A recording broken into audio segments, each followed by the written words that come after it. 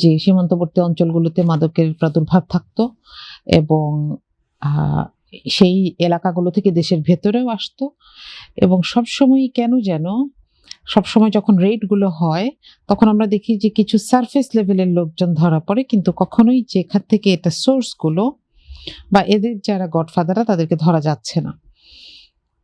এবছর আমরা মনে হয় গত বছর থেকে এটা দেখা শুরু করলাম যে এই যে জুয়া এবং মাদকের ব্যাপারটা,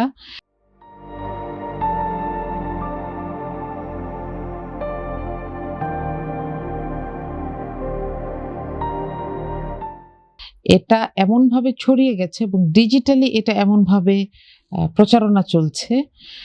আমি জানি না আসলে যে এইখানে আমাদের যে রেগুলেশন, ন্যাশনাল যে রেগুলেশন সেখানে কেন এগুলো আটকাচ্ছে না? কারণ এখানে কিন্তু একটা মাত্র স্টেপ নিলেই এগুলো বন্ধ করে দেওয়া যায়। আমরা ইউটিউবে এটা আইসিটি থেকেই নিয়ন্ত্রণ করা সম্ভব। ইউটিউবে কেন আমি সারাক্ষণ এই ধরনের বিজ্ঞাপন দেখতে হবে যে বাসায় বাজার করার টাকা ছিল না, তারপর মেয়েটা ফোনে একটা খেলা খেলেছে এবং সেখান থেকে সে টাকা পাচ্ছে, সে তার মাকে বলছে ফোনে, এবং তার পাশে বাসের আরেকজন সহযাত্রী শুনে বললেন এত সহজ, তাহলে আমিও খেলবো। একটা মেয়ে রিক্সায় উঠেছে, রিক্সাওয়ালার সাথে সে কথাবার্তা বলছে এগুলো নিয়ে। তো একটা ব্যাপার হচ্ছে যে এই যে নিন্দনীয় কাজটা এবং যেটাতে আসলে পয়সার সুষম বন্টন হয় না, কোনো কাজ করা ছাড়া মানুষ যখন একটা জায়গা থেকে অ্যাচিভমেন্ট পেতে থাকে, তার মানে কি সেখানে আরো 10 জন ঠকে যাচ্ছে, প্রত্যেকেই রিস্ক নিচ্ছে, 10 জন ঠকে যাচ্ছে, একজন সে টাকাগুলো পাচ্ছে।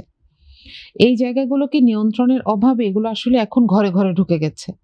আগে এগুলো ঘরে ঘরে যেত না, হয়তো কোনো একটা মেলায় হচ্ছে, কোনো একটা বিশেষ জায়গায় হচ্ছে, কিন্তু এখন এটা ঘরে ঘরে চলে আসছে এবং এগুলোতে আমরা মোবাইলের যে ব্যাংকিং এর যে সিস্টেমগুলো দেখি সেগুলোর মাধ্যমে পেমেন্ট করা হচ্ছে।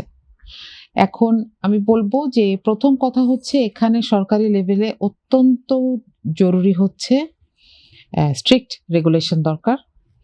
দ্বিতীয়ত হচ্ছে যারা এগুলো করছেন তাদেরকে খুঁজে বের করা কিন্তু কোনো ব্যাপার না, কারণ ডিজিটাল স্পেসে কেউ আসা মাত্রই তার সমস্ত পরিচয় নিয়ে আসে, তার ডিজিটাল রেকগনিশনটা নিয়েই আসে, সে কোন আইপি থেকে ব্যবহার করছে, কোথা থেকে রেজিস্ট্রেশন করেছে, এবং সে যে বিজ্ঞাপন দিচ্ছে তার তো এখানে একটা মনিটারি চেক অ্যান্ড ব্যালেন্স আছে, তাই না? যে কারোর সাথে লেনদেন করছে, সেই জায়গাগুলো দিয়ে তাদেরকে খুঁজে বের করা এবং এটাকে বন্ধ করাটা অসম্ভব তো নাই, বরং আমি যতটুকু দেখেছি এটা সহজ, কিন্তু এখানে সদিচ্ছা প্রয়োজন।